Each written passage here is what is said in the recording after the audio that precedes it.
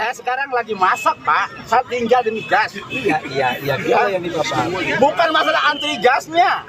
Anak kami lapar, butuh makan, butuh kehidupan, Pak. Oke, Bapak ya. Logika berjalan dong, Pak. Iya. Kemarahan warga tak terbendung saat bertemu dengan Menteri SDM Bahlil Lahadalia di salah satu pangkalan LPG 3 kg di Tangerang, Banten. Warga kesal terhadap kebijakan larangan pengecer menjual LPG 3 kg sehingga langka di pasaran. Warga minta pemerintah tidak menyusahkan rakyat. Kebijakan pemerintah melarang pengecer menjual gas LPG 3 kg atau gas melon per 1 Februari lalu memang berdampak besar. Warga yang biasanya bisa membeli di warung harus mengantre di agen resmi. Melihat kekacauan yang ditimbulkan, Presiden Prabowo melalui Wakil Ketua DPR RI yang juga Ketua Harian DPP Partai Gerindra, Sufmi Dasko Ahmad, menegaskan pembelian LPG 3 kg bisa kembali dibeli di pengecer. Komunikasi dengan Presiden kemudian telah menginstruksikan kepada SDM untuk per hari ini mengaktifkan kembali pengecer-pengecer yang ada untuk berjualan seperti biasa, sambil kemudian pengecer-pengecer itu akan dijadikan sub daripada pangkalan, sehingga dengan aturan-aturan yang ada nanti akan menertibkan harga supaya tidak mahal di masyarakat. Menteri SDM Bahlil Lahadalia menyebut harga dan kecurangan penyaluran LPG 3 kg menjadi penyebab pemerintah ingin mengendalikan subsidi. Menurut Bahlil, pemerintah ingin pengecer menjadi sub pangkalan agar penyaluran LPG subsidi dapat dikontrol. Enggak, sekarang gini, pengencer yang tadinya pengencer kita jadikan menjadi sub pangkalan. Kenapa? Karena kan alurnya begini loh, dari Pertamina menuju ke agen itu harganya sekitar 12 sampai 13 ribu. Dari agen ke pangkalan harganya itu kurang lebih sekitar 16 ribu atau 17 ribu. Nah, sekarang itu masih bisa dikendalikan oleh Pertamina. Masih bisa dipantau. Dari pangkalan ke pengencer itu di situ yang susah Pertamina kendalikan, nggak ada instrumennya, dan itulah harganya terjadi sampai dengan di atas 20.000, bahkan ada yang 30.000 kadang-kadang, bahkan ada yang dioplos. Nah, dengan mereka menjadi sub pangkalan maka kita akan menaruh fasilitas yang sama dengan di pangkalan. Lalu, bagaimana syarat pengecer bisa menjadi sub pangkalan? Pengecer bisa menjadi sub pangkalan LPG 3 kg secara gratis dengan mendaftarkan diri di subsidi tepat LPG Pertamina agar memiliki akun sebagai sub pangkalan. Pengecer bisa mendapatkan nomor induk berusaha atau NIB di website oss.go.id juga secara gratis agar bisa menjadi sub penyalur. Alternatif lain, pengecer bisa mendaftarkan diri secara manual ke penyalur resmi dengan membawa identitas KTP dan kartu keluarga. Tim Liputan, Kompas TV. Saudara, larangan pengecer menjual gas LPG 3 kg atau gas melon menimbulkan kekacauan di masyarakat. Melihat itu, Presiden Prabowo memutuskan pengecer bisa kembali menjual gas dan sambil berjalan menjadikan pengecer sebagai sub pangkalan LPG. Tepatkah langkah ini atau ada cara lain untuk mengontrol subsidi LPG 3 kg agar tepat sasaran? Kita bahas soal ini bersama Ketua Badan Perlindungan Konsumen Nasional atau BPKN, Muhammad Mufti Mubarok. Selamat pagi Pak Mufti. Terima kasih sudah di studio. Dan juru bicara Kantor Komunikasi Presiden atau PCO, Ujang Komarudin. Kang Ujang, selamat pagi. Selamat pagi. Terima kasih sudah di studio juga. Siap. Dan tersambung melalui Zoom, anggota Komisi 12 DPR RI dari fraksi Demokrat, Mulyadi. Selamat pagi Pak Mulyadi. Selamat pagi. Terima kasih Bapak-Bapak sudah bergabung di Dialog Sapa Indonesia pagi hari ini. Dan saya ke Kang Ujang. Kang Ujang, mengawal kebijakan Presiden.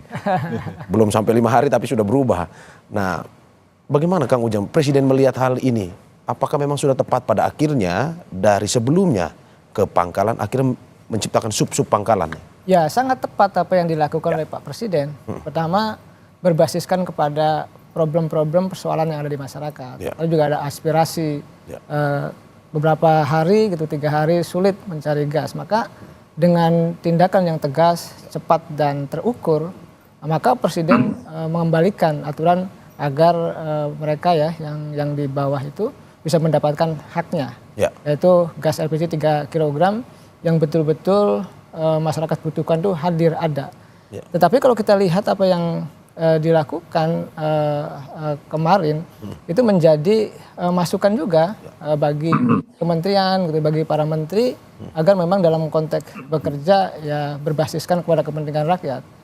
Kepedulian Pak Presiden sangat jelas, sangat nyata, yaitu apa yang menjadi kepentingan, apa yang menjadi aspirasi, apa yang menjadi keinginan dari masyarakat untuk menghadirkan harga ya yang stabil, lalu juga gas yang tersedia itu menjadi penting. Oleh karena itu langkah ini adalah langkah strategis sehingga apa yang dilakukan oleh Pak Presiden menjadi solusi bagi seluruh rakyat Indonesia, bagi publik melihat bahwa persoalannya langsung selesai, langsung tuntas. Ini yang menjadi keinginan kami bahwa ketersediaan gas LPG 3 kg itu ya tidak sulit masyarakat untuk mengakses. Nah, apa yang menjadi tata kelola di Kementerian SDM itu kan kewenangan dari Pak Menteri. Tetapi memang ketika ada problem, maka Pak Presiden menjadi solusi bersama bagi kepentingan publik, bagi kepentingan masyarakat, yaitu menghadirkan gas LPG yang ada di rumah-rumah gitu. Artinya masyarakat sekarang sudah normal kembali, sudah mendapatkan haknya. Tinggal bagaimana ke depan memastikan bahwa program ini tepat sasaran. Lalu juga tidak ada oplos-mengoplos. Yang ketiga juga harga nanti juga stabil. Agar memang nanti ke depan penerima manfaat itu masyarakat betul-betul orang yang berhak, bukan orang-orang yang tidak berhak. Ini yang menjadi persoalan sekarang. Sehingga Kementerian SDM itu betul-betul mengelola dengan baik. Oleh karena itu kalau ada persoalan kemarin ya tentu kita evaluasi bersama, kita perbaiki dan itu sudah diselesaikan oleh Pak Presiden begitu. Oke, Kang Ujang, tadi Anda sempat mengatakan bahwa kebijakan yang diberikan oleh para pembantu Presiden, para menteri ini harus memperhatikan masyarakat banyak. Apakah mungkin saja salah terjemah dari Menteri SDM Bahlil Hadil terkait dengan kebijakan Presiden ini atau gimana? Pak Bahlil, Pak Presiden punya kekompakan ya dalam konteks bekerja, tetapi memang ada kebijakan yang berbeda. Artinya Pak Bahlil punya program, punya kebijakan. Nah ini juga kan punya kewenangan juga untuk bisa mengeksekusi kebijakan-kebijakan itu begitu kan. Tetapi memang ketika kebijakan itu atau program itu bermasalah di lapangan, maka ya satu keputusan dari Pak Presiden menjadi penting. Nah kita menyaksikan bagaimana episode kemarin bahwa semua sudah tuntas, sudah clear, sudah selesai gitu. Sekarang masyarakat sudah bisa mengakses kembali gas LPG. Tadi saya lewat dari rumah sampai Kompas TV, ibu-ibu sudah mengambil ya gas-gasnya itu di eceran-eceran itu. Jadi dalam waktu sehari kemarin Pak Presiden menginstruksikan, maka semuanya menjadi selesai. Artinya Pak Bahlil punya program, punya kebijakan yang ketika kebijakannya itu tidak sesuai dengan kepentingan publik atau mendapatkan kritik dari publik, ya maka Pak Presiden mengintervensi itu agar memang selesai, agar memang persoalannya menjadi tuntas. Dan kita menyaksikan bahwa apa yang dilakukan oleh Pak Presiden adalah bagian daripada tadi bahwa Pak Presiden peduli dengan kepentingan rakyat dan apa yang menjadi keputusan ada keputusan berbasiskan kepada kepentingan masyarakat Indonesia. Dan selalu berkali-kali dalam pidatonya bahwa Pak Presiden tidak mau menyulitkan rakyat Indonesia, ingin mensejahterakan, ingin memudahkan. Nah inilah yang kemarin dilakukan oleh Pak Presiden sehingga mengintervensi dan persoalan gas ini sudah selesai, sudah tuntas. Tinggal bagaimana ke depan SDM menerjemahkan tadi ya apa yang menjadi visi misi dari Bapak Presiden. Oke, Presiden ingin memperhatikan masyarakatnya sehingga tidak terjadi kekisruhan seperti yang kemarin. Saya ke Pak Mufti. Pak Mufti, pengecer jadi subpangkalan. Ini jadi solusi atau tidak setelah kekisruhan yang terjadi selama beberapa hari ini? Saya kira ini karena konsumen kita ini kan sangat cepat kan gini, karena persoalan perut kan gitu dan tidak bisa ditunda-tunda, maka segala regulasi yang dilakukan oleh pemerintah dan kita menyambut baik Pak Presiden karena kecepatan beliau untuk mengambil keputusan itu. Sebenarnya mekanisme ini kan sudah lama kan gitu, ini bukan barang baru tapi ini yang sudah berulang-ulang. Jadi sebenarnya dalam konteks konsumen itu yang penting cepat, murah kan gitu, dan ada di sekitarnya itu aja, konsumen nggak terlalu muluk-muluk. Bagaimana kemudian istilah pangkalan, subpangkalan, mekanisme yang ada dalam konteks pemerintah itu, dalam konteks distribusi itu menjadi ya mereka tidak mau tahu kan gitu, asal yang penting barang ini ada, murah, dan tentu sebenarnya banyak alternatif, misalnya dengan pendekatan Jargas oleh pemerintah itu juga menarik. Sampai hari ini belum pernah dijadikan sosialisasi kan gitu, karena jaringan gas ini juga menarik karena ini langsung di rumah dan kemudian bisa prabayar, bisa pasca bayar dan sebagainya. Dan saya kira ini belum menjadi, ini titip kepada Pak Jubir ini supaya Jargas ini menjadi program kan gitu, karena kalau pakai mekanisme galon ini memang masih, melon ini masih berat sekali kan gitu. Bagaimana kemudian sampai ada yang meninggal kemarin, antrian seperti itu, harga yang sampai 30.000 lebih. Ini sesungguhnya persoalan yang sebenarnya tidak perlu terjadi kan gitu di Republik ini, karena ini kan barang yang biasa kan gitu, yang sudah tiap hari kita lihat, tiap hari kita beli, tiap hari kita konsumsi dan sebagainya, sehingga tidak perlu lagi terjadi seperti itu. Mekanisme soal distribusi sampai ke pengecer, saya kira itu biasa kan gitu, bisa dilakukan oleh sistem, bisa dilakukan oleh apapun. Kalau hanya sekedar harga, subsidi, saya kira kita paham lah, ini kan barang-barang impor kan gitu, 80% impor, dan saya dapat data kebocorannya 40% kan gitu, terbukti dengan pengoplosan dan sebagainya itu. Nah, ini mungkin kan tentu harus diantisipasi oleh kita semua. Yang jelas yang paling penting konsumen itu tadi, barang ada kan gitu aja sudah penting gitu. Masalah harga kadang-kadang nggak terlalu sensitif kan gitu, 1.000-2.000 nggak ada persoalan, karena memang ini kebutuhan detik itu juga harus ada, nggak bisa ditunda-tunda kan itu, karena masalah UKM, kemudian masalah rumah tangga ini ketika pagi hari harus masak, kemudian kompor habis atau gasnya habis, ya tentu reaksi cepat terjadi kan gitu, karena dia tidak mungkin menyimpan banyak galon atau banyak melon ini kan gitu, sehingga mereka punya satu kadang-kadang itu, dan ini menjadi nyawanya bagi ibu-ibu rumah tangga dan UMKM kita seperti itu. Oke.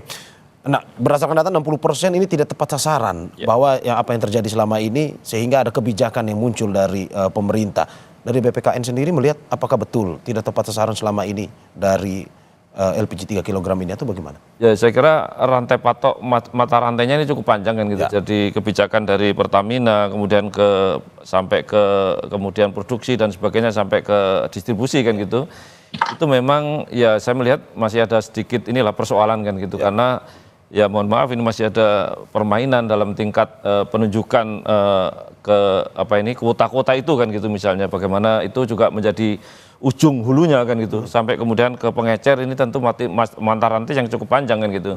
Tetapi bahwa subsidi ini tentu harus dipahami, ini adalah kebutuhan rakyat, yang tidak hanya sekedar ngomong subsidi, kan ini juga anggaran untuk rakyat kan gitu. Artinya kita tidak perlu lagi bicara soal subsidi tidak tepat sasaran, tetapi bahwa kebutuhan perut ini nggak bisa ditunda-tunda kan gitu. Artinya ya sudahlah, ini untuk hal ini mohon pemerintah sadar kan gitu. Artinya jangan hanya sekedar anggaran sekian, tetapi kan ini untuk rakyat, bukan untuk siapa-siapa kan gitu. Jadi sebenarnya kalau mekanisme tidak tepat sasaran, memang saya kira ini perlu dirapatkan dulu dengan DPR dan kemudian dengan masyarakat, bagaimana supaya tidak terjadi subsidi yang tidak tepat sasaran kan gitu. Artinya ya bagaimana kemudian kami semua misalnya ketika kami kehabisan LPG yang 3 kilo, kemudian cari yang tidak subsidi, ini barangnya nggak ada kan gitu. Kami cari di mana, ini nggak ada kan gitu. Sampai harus saya sendiri misalnya harus ke Jakarta Pusat untuk mencari yang 12 kilo, atau nggak ada di situ. Jadi pemerintah belum memberikan satu alternatif ketika subsidi misalnya kemudian diatur, dan kemudian yang non subsidi ini harus hadir juga di situ dengan cukup jelas kan gitu, di mana barangnya dan kami beli di mana, dan itu perlu didorong, jangan hanya sekedar subsidi tidak tepat dan kemudian tidak ada alternatif. Itu yang saya kira penting. Oke, saya ke anggota Komisi 12 DPR RI, Pak Mulyadi. Pak Mulyadi, hingga saat ini seperti yang saya sudah sampaikan tadi, bahwa tidak sampai 5 hari kebijakan berubah. Sebelumnya pengecer dilarang berjualan, tetapi pengecer akhirnya bisa menjadi subpangkalan karena kekisruhan yang terjadi. Dari DPR melihatnya seperti apa? Jadi sebetulnya begini, dari tata operasionalnya sebetulnya nggak ada perubahan. Jadi sebetulnya kita 2 hari yang lalu sudah raker dengan Menteri, yang dihadiri juga oleh Pertamina, bahwa skenario yang kita setujui di DPR bahwa pengecer itu menjadi subpangkalan. Jadi operasionalnya tetap berjalan seperti biasa.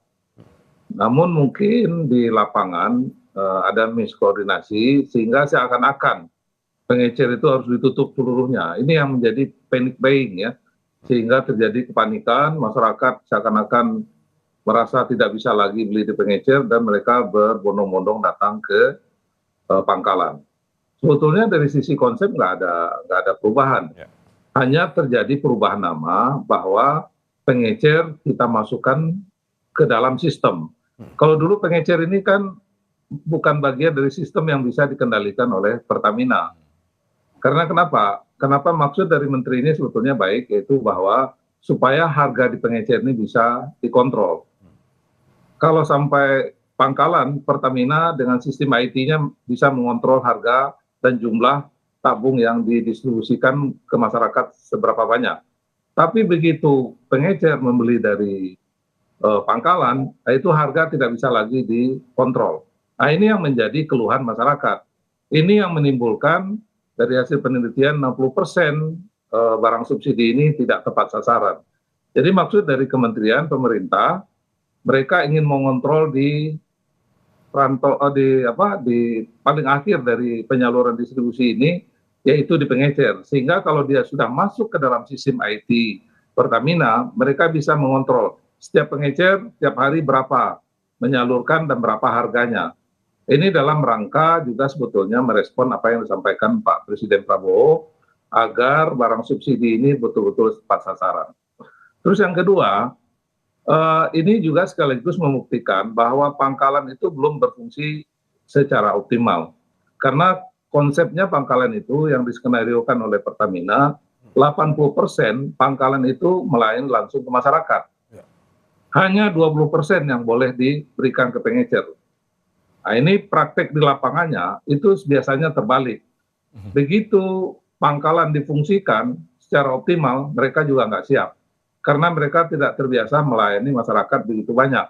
Padahal skenarionya pangkalan ini harus melayani masyarakat 80%. Hanya 20% yang boleh ke pengecer.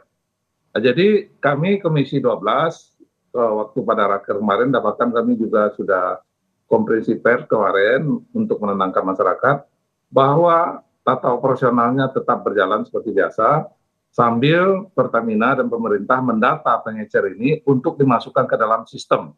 Karena kalau dia tidak masuk ke dalam sistem, mereka nggak bisa dikontrol. Titik kelemahan kita dalam penyaluran LPG adalah di pengecer. Karena begitu di pengecer itu nggak bisa lagi dikontrol. Bahkan harga, misalnya harga eceran tertinggi 17.000, di pengecer bisa 25.000, bahkan 30.000. Bahkan pada saat langka bisa sampai 40.000. Nah, ini yang sebetulnya tujuan dari pemerintah dan Pertamina ke depan, sedikit demi sedikit, bagaimana target atau sasaran subsidi ini betul-betul lebih tepat sasaran. Itu aja sebetulnya. Tapi Pak Mul, melihat bahwa kemarin sempat terjadi kekisruhan, apakah mungkin saja dari DPR melihat ada sosialisasi yang belum tuntas yang dilakukan oleh pemerintah sebelum akhirnya kebijakan ini diberlakukan? Ya mungkin ini soal sosialisasi, soal koordinasi. Maka dari itu kami meminta mungkin ada masa transisi ya. Jadi tetap beroperasi seperti saat ini, pengecer juga tetap menjual sambil Pertamina melakukan pendataan kepada seluruh pengecer. Agar pengecer ini masuk ke dalam sistem IT Pertamina. Kalau mereka tidak masuk ke dalam sistem IT Pertamina, artinya Pertamina tidak bisa mengontrol dan mengetahui seberapa banyak pengecer ini menjual. Termasuk juga praktek-praktek pengecer yang melakukan mengoplos yang 3 kilo menjadi 12 kilo itu. Jadi ini tujuannya adalah dalam rangka agar pengecer ini merupakan bagian yang bisa menjadi sistem yang dapat dikendalikan Pertamina. Itu aja sebetulnya. Persoalannya sederhana sebetulnya, cuma memang ada mungkin persoalan miskoordinasi, miskomunikasi, sehingga di tengah-tengah masyarakat menimbulkan kekisruhan yang seharusnya tidak perlu terjadi. Karena prakteknya tidak ada perubahan sebetulnya. Cuma terjemahannya menjadi bermacam-macam. Nah, ini mungkin juga kurang sosialisasi mungkin ya dari pemerintah kepada pelaksana, dalam hal ini Pertamina. Oke, saya ke Kang Ujang. Kang Ujang, banyak masyarakat yang mempertanyakan bahwa ini sebenarnya langka atau memang dibatasi atau dalam arti bahwa diatur sedemikian rupa sehingga yang mendapatkan itu memang tepat sasaran. Karena melihat bagaimana bagi distribusi kemarin yang begitu sulit, banyak masyarakat yang harus mengantre di daerah lain pula yang banyak keterlambatan katanya. Nah, ini sebenarnya memang diatur atau sebenarnya langka? Ya, sudah terkonfirmasi ya. Ya. Pak Dasko juga sudah mengatakan, Pertamina juga sudah mengatakan juga di publik bahwa barangnya ada, gitu. Sangat clear itu, sangat jelas. Ya. Yang jelas adalah ada penataan. Oke. Penataan selama ini subsidi dinikmati oleh orang-orang yang tidak berhak. Oke. Maka tadi kebocorannya gitu ya 60%. Oleh karena itu pemerintah perlu menata ini agar memang nanti kelihatan siapa yang membeli, berapa yang dibeli, lalu juga berapa harganya, itu bisa dikendalikan. Nah selama ini kan harganya ya luar biasa berbeda-beda dan itu merugikan masyarakat. Nah dalam konteks menata regulasi ini tentu tadi mungkin ada mispersepsi, ada kurang koordinasi yang dianggap merugikan publik. Tetapi kan semua sudah diselesaikan oleh Bapak Presiden ya. Sudah clear, sudah jelas, semuanya sudah normal kembali. Ya ini tadi jadi soal barang sudah terkonfirmasi, barangnya ada sangat jelas, tidak